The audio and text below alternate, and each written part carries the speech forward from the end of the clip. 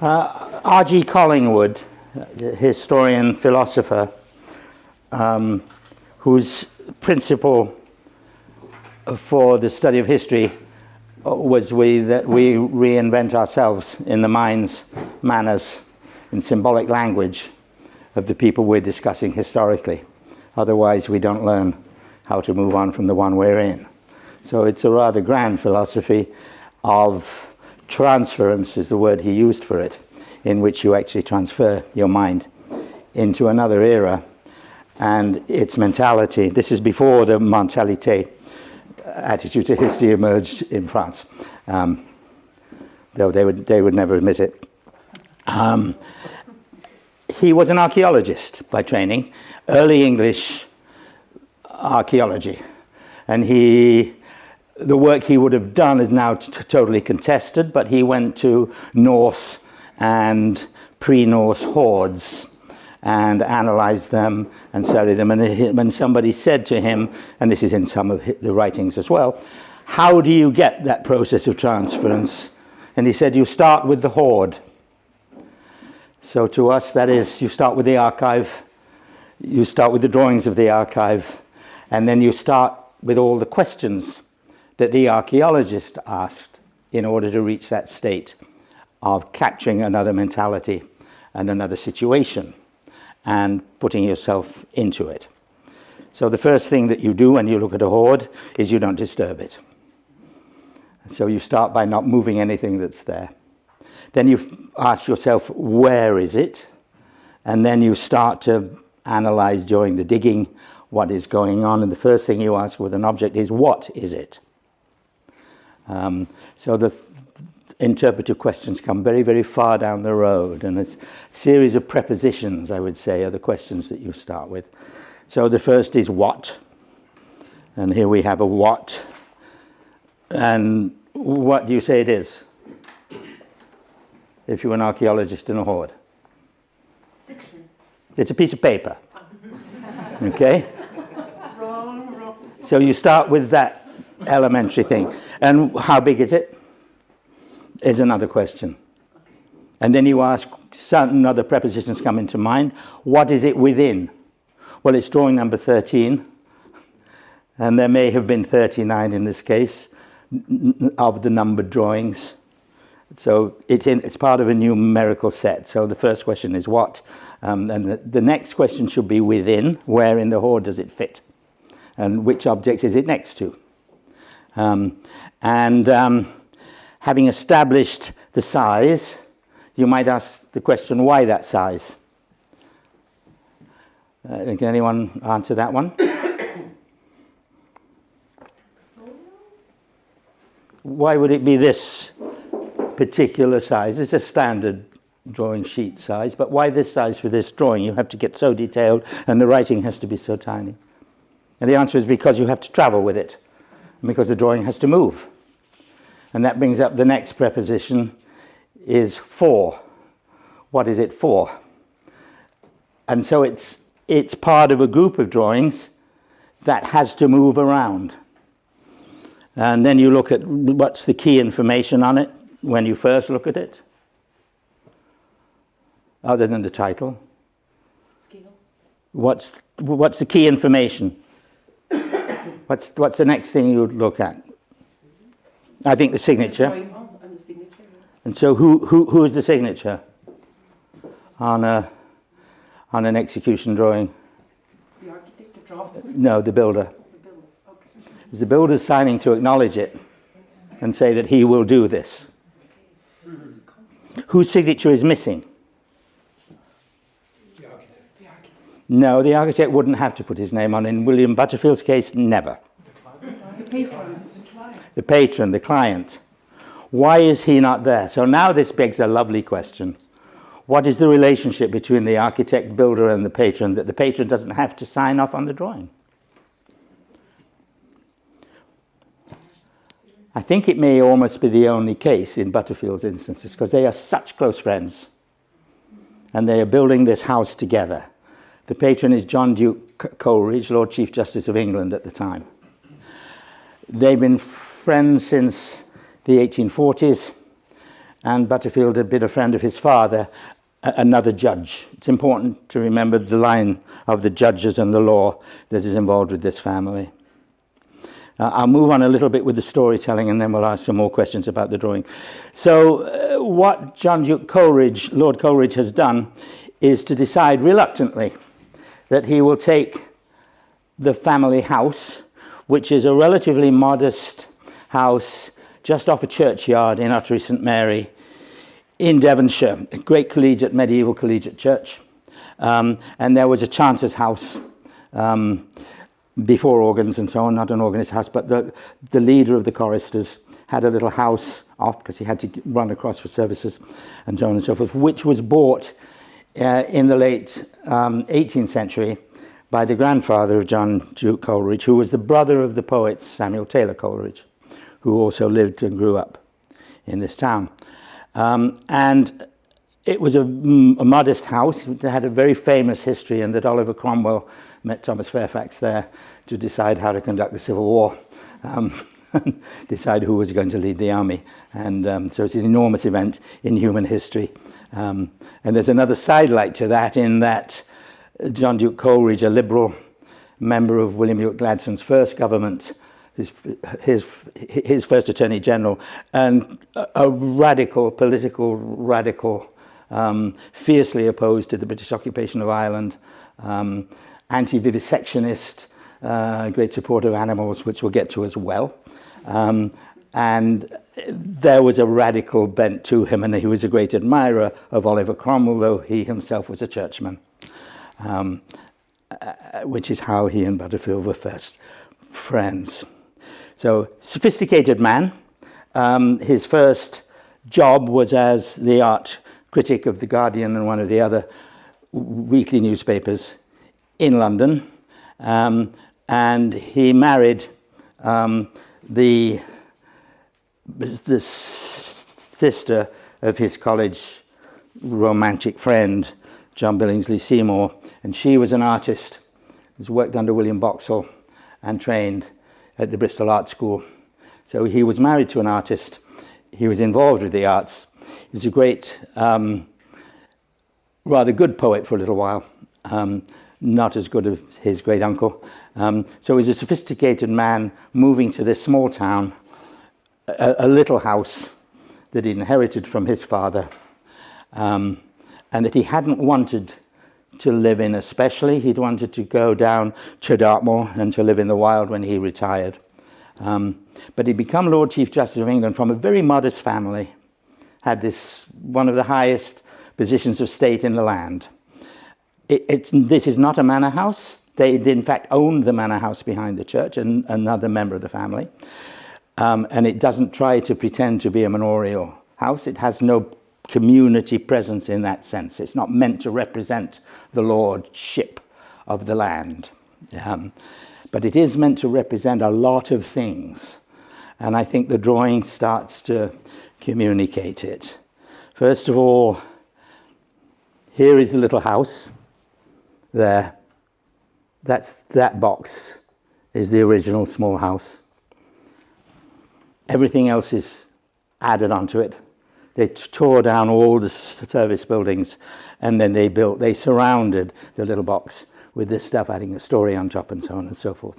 And then what the principal elevation, the west elevation, tells you, what does it say most about the importance of particular aspects of it?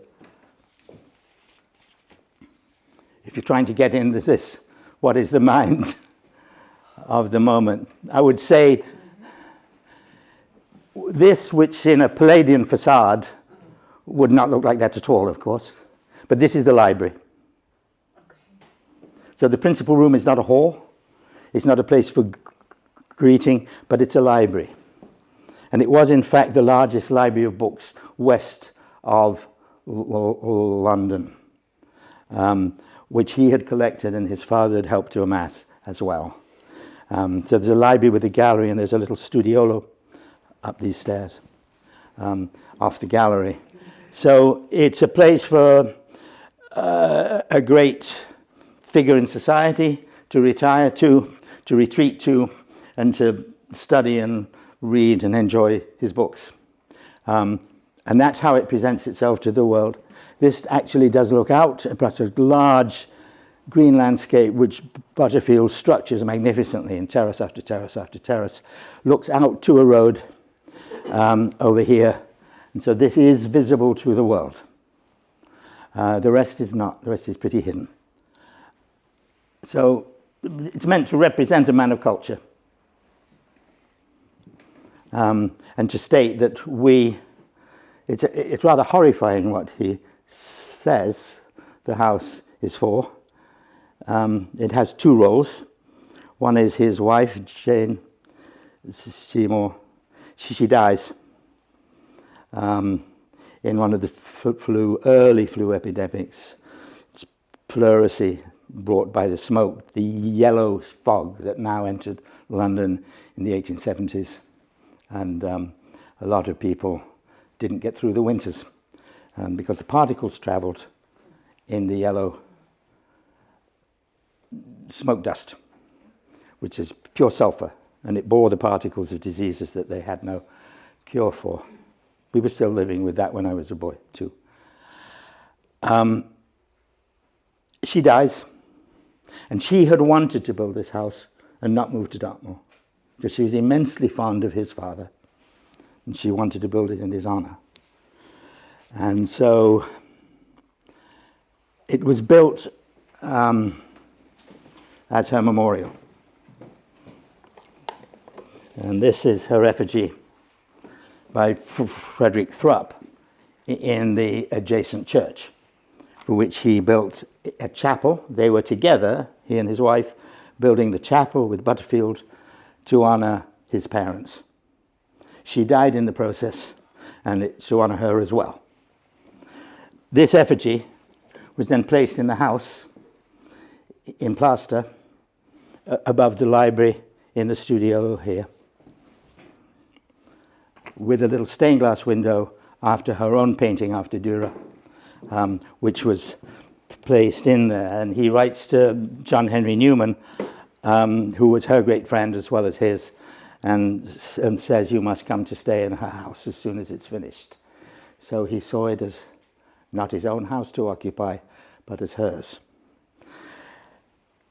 So there's that level of representation. I'm a man of high culture.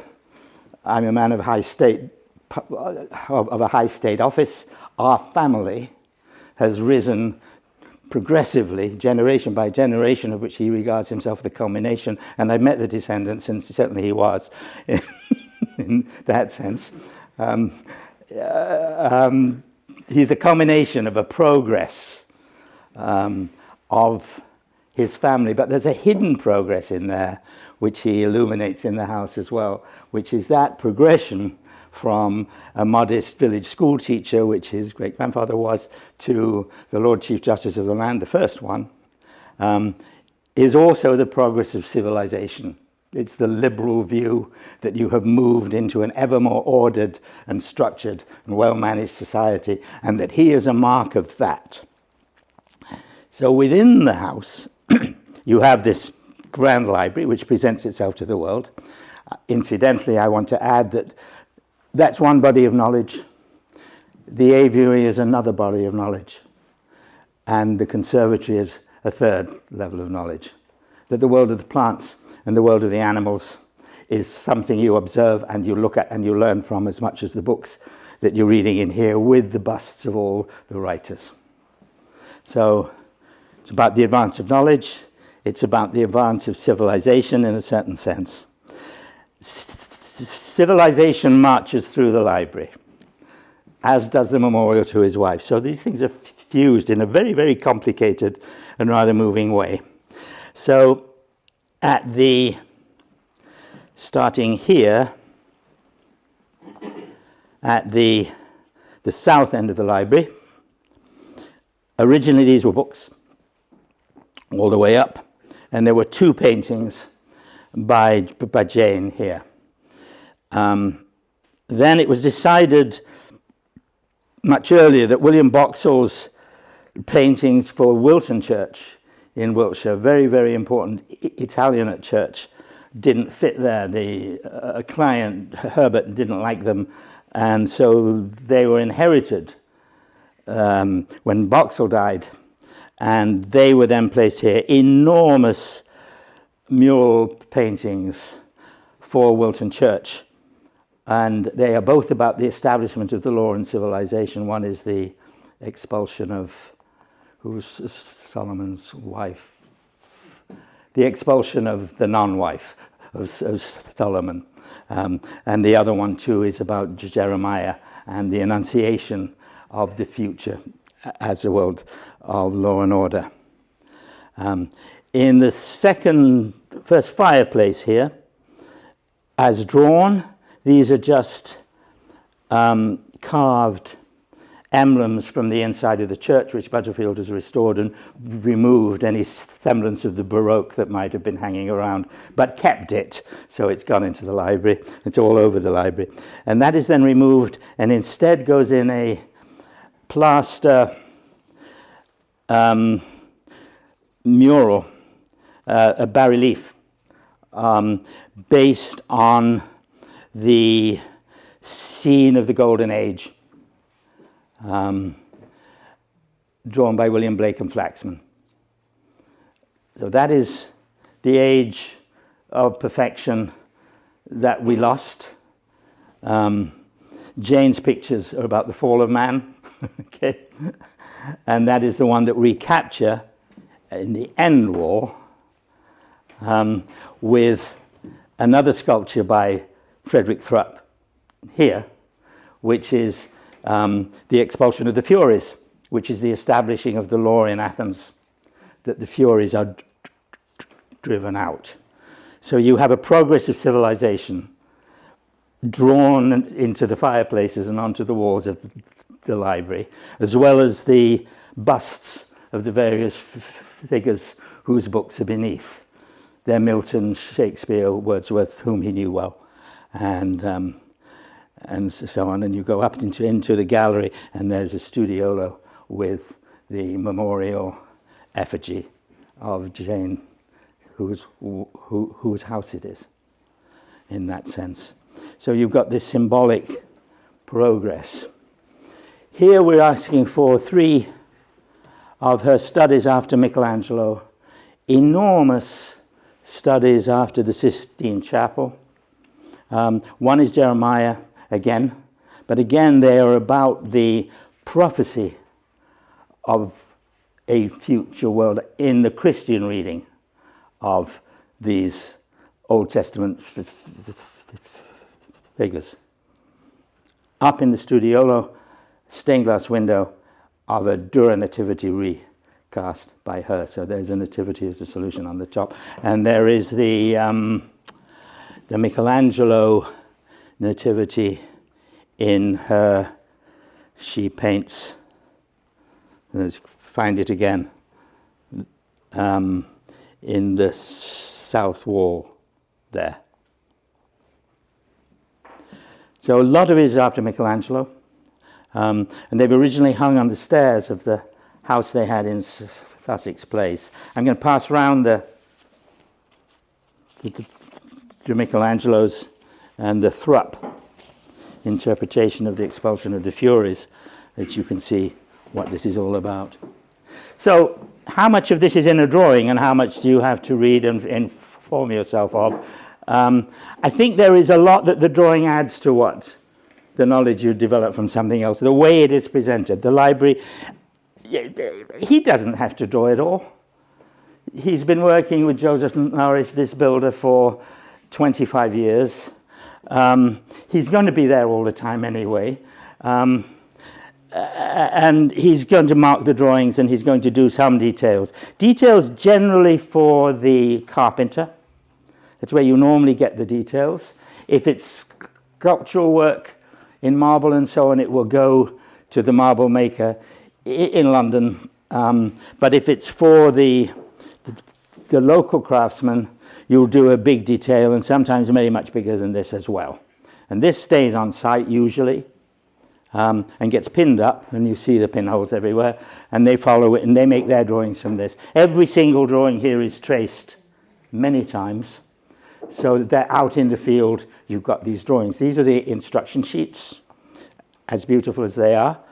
And they're the execution drawings there, what you go to court with if it doesn't work out right. What interests me in some ways, a lot of this building is about the flow to the library and out of the library, and the flow from the written world of knowledge and the mythical world of knowledge in the ancient legends to the natural world, and on down the terraces to this natural world around which he walks every day. So you come to stay at the house, which apparently it was wonderful. He was the best storyteller in England, the worst scandal monger. He was in court for libel when he was Lord Chief Justice. And he supposedly had a silver tongue. George Eliot, even, very austere, admired him so much, he said, because you could spend 2 days with him and he would never stop talking, and you never heard the same thing twice. And every statement began with the question, would you be surprised to know? And then he began. So it looks like a man of great piety and culture and modesty and restraint, but he wasn't. He was proud, arrogant, and a compulsive entertainer in that regard. So it's a social space as well as anything else. And the real social space of this house, a little bit of passage through, the real social space is the gardens and the walk round. And there's certain sites. There's one where Samuel Taylor Coleridge stopped to write a poem, and they always stopped there. And there's another one which is the 5 oak trees that are planted for each of the children of James Coleridge, the ancestor who essentially started the family. And each one has a story to it which he will tell, and the stories will get embellished as different people walk around, and then you'll be surprised to know what X said to so-and-so here, and so on. So that's the great social space. There's some civic role has to happen, and it's true that the first time I find the library being used is for a New Year's Eve party for the community. 250 people in the library with an orchestra. It's a vast space. And the scale, of course, is hugely important. I think that the function of the drawing and the quality of the drawing speak to one another. I don't think this is meant just as instruction. You don't draw the one-point perspective that looks into the hallway and the gallery above. If all you're trying to say is, this is how big this column is, and this is where the steel ends, and this is not what you're saying. You're saying is, I want you to get the feeling that this is a penetrable space. And I think when you do a detailed drawing of this refinement, it's because you love the lady it remembers.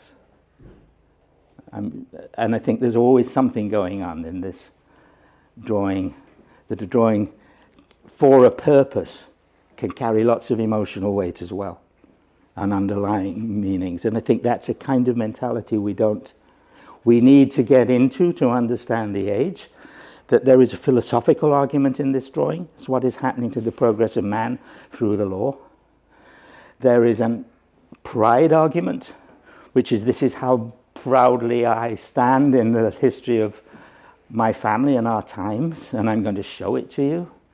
There is a rhetorical lesson to the world at large, that your private space, the bedrooms, and your library are what you tell the world the house is about, and the garden, and not the great hall where you enter, or the great portico through which you come. And the entrance here is very modest.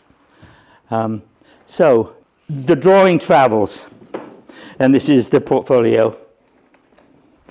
He always puts the title on the portfolios. I found 3 others. A great rarity that it stays with the house. That's the great question about the hoard. Is this was in the hoard of the auction that was held when the house was sold of the contents. That the drawings remained in the house with the client. The client doesn't sign it. It's a relationship that is so close and so trusting that he also lets them keep the drawings. What's the story after? Why are they here now? I'm curious. Neil saw the auction. Yeah. Very simple. Here because Sotheby's didn't fully attribute them to Butterfield.